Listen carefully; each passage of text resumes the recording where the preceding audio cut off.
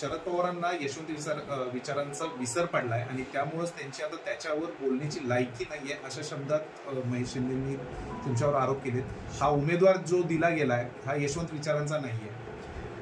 शरद पवारांच्यावर बोलण्याची त्यांची स्वतःची लायकी नाही। शरद पवारांनी त्यांना त्या ठिकाणी या वेगवेगळ्या क्षेत्रामध्ये सुरुवात करण्यासाठी आशीर्वाद दिला म्हणून आजपर्यंत इथं पोहोचले। पण काय बापाला विचारण्याची प्रवृत्ती काही लोकांची असते, त्यामुळे त्यांच्यावर काय अपेक्षा करणं योग्य नाही। हे सगळं सहन करेल, पण शरद पवारांच्यावर बोलल्यानंतर बाकी आम्ही जशात तसं उत्तर द्यायला समर्थ आहोत। आपण आपल्या लायकीमध्ये राहावं।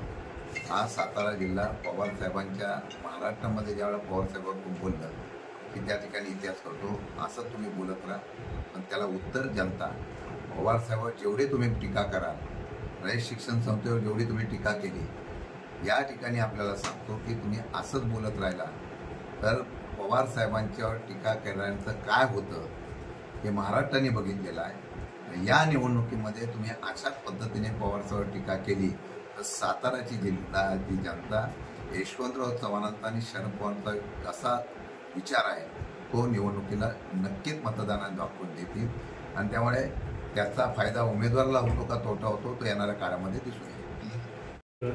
असा उमेदवार साताऱ्यात शरद पवारांनी जो दिलाय तो यशवंत विचार सांगायची त्यांची लायकी नसल्याचा टीका महेश शिंदेंनी केलेली आहे, त्याच्यावर आपण काय सांगतो? ज्यांनी यशवंत विचारांच्या बाबतीमध्ये टीका केली असेल, माझं आता स्पष्ट म्हणणं आहे की ते ज्या पक्षामध्ये गेले, ज्या गद्दारी करून गेलेल्या त्या सर्वांचा विचार करतात, ते यशवंतराव विचाराच्या चौकटीत बसलं का पहिलं राहिलं। मी यशवंतराव चौकाच्या विचाराचा मी वार्ता करून त्या ठिकाणी थांबलो का नाही, मी त्या निष्ठेने थांबलो, त्या प्रामाणिकपणाने राहायला थांबलो आणि आता उमेदवारी एवढ्यासाठीच केलेली आहे की या यशवंत विचाराचा असलेला सातारा जिल्हा ज्या लोकांच्या हातात जाऊ नये या लोकांच्या, म्हणून मी तिथं उमेदवारी केलेली आहे। अरे यशवंत विचाराची जी काही नियमावली आहे त्या चौकटीमध्ये मी 100% आम्ही काम करतोय। भावना दुखावल्यात बऱ्याचशा यशवंत विचारांच्या लोकांच्या आणि त्याच्यामुळे बऱ्यापैकी संतप्त भावना निर्माण झालेल्या आहेत काही लोकांच्या वक्तव्यामुळे। यशवंत विचारांना मानणाऱ्या लोकांच्या भावना संतप्त झालेल्या आहेत। या असं आहे की यशवंत विचाराच्या बाबतीमधली लढाई जेव्हापासून मी उमेदवारी सुरू केली तेव्हापासून लोकांचा प्रतिसाद प्रचंड प्रमाणात भेटतोय आणि या जिल्ह्यातली यशवंतराव चव्हाणांची लढाई 100% आम्ही विजय होऊ।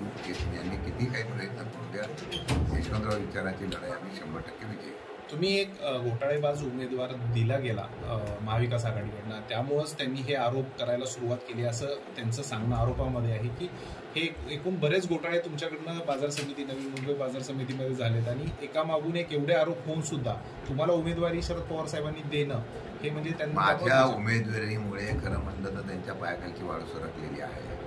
म्हणून आता त्यांची एक मोडच ऑपरेटिंग असते, एक जाण्याने बसायचं दुसऱ्याने जरा बसायचं, रोज रोज ते आरोप करा। मी त्या दिवशी पण सांगितलं मी 4000 कोटीचा माझा घोटाळा असता तर मी भाजपमध्ये गेलो नसतो का, स्वच्छ झालो नसतो का, काहीतरी करायचं। मी त्या दिवशी पण सांगितलंय धांदाट खोटे मोठे आरोप करायचे, ठासून बोलायचं। मी जनतेच्या लोकांमध्ये सांगितलंय की कुठल्याही प्रकारचा असला भ्रष्टाचार झालेला नाही नाही नाही।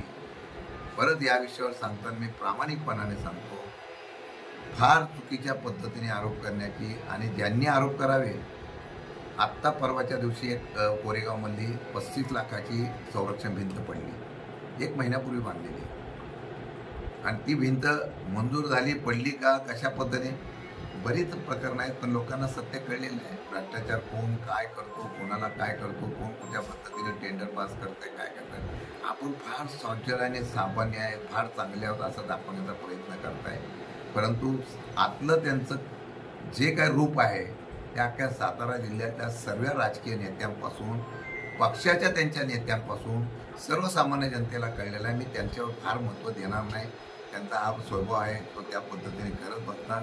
खोटं बोलतो फार का ते चालत नाही। मी आजही सांगतो भ्रष्टाचाराच्या बाबतीमध्ये मी सांगितलं यांनी कपटाने मला अटक करण्याचा प्रयत्न करताय, हा माझा आरोप होता, तो आजही तसाच आहे। परवा 4 दिवसापूर्वी सुद्धा कोण मुंबईला जाऊन बसलं होतं, कोण FIR दाखल करण्यासाठी दबाव टाकत होता, कोण काय कारवाई करत होते, सगळे मला माहिती आहे। आणि तुमच्यात खरोखर तुम्ही एकदम लढाईची हिंमत दाखवत असाल ना तर जनतेच्या लोकशाहीमध्ये लढाई करून द्या। पण हे असल्या प्रकारचं जे खोटं नाटं आरोप करायचं आहे हे योग्य नाही. मला वाटतं की जनता त्याला विश्वास ठेवत नाही. त्यांचा एक वारंवार असा ते आरोप करतायत की फरारी यांना उमेदवारी दिली म्हणून. काही लोक इथल्या लोकांचे किती लोकांचे पैसे बुडवून ब्राझीलला कधी फरार झाले होते ते पण मी नंतर कळलं. आता काय मी कोणाचे आरोप करत नाही, माझा तो स्वभाव नाही. किती लोकांना जेव्हापासून यांनी सुरुवात केली तेव्हा कोणाकोणाला पार्टनरला कोणाला काय केलं, कोणाला काय काय केलं, सगळा इतिहास मी देऊ शकतो. ते त्यांच्या कर्माने जातील, मी काय त्यांच्यावर आरोप करणार नाही. माझं एवढंच म्हणणं आहे त्यांना, पहिला आपण आपल्या आरशात बघावं आणि जे नसताना आरोप करण्याचे धंदे बंद करावे. मी कायदेशीर नोटीस पाठवतो. आत्ताच मला ते संदर्भामध्ये त्या ठिकाणी त्यांनी सांगितलं, मी कायदेशीर माझी नोटीस त्यांना पोचेल.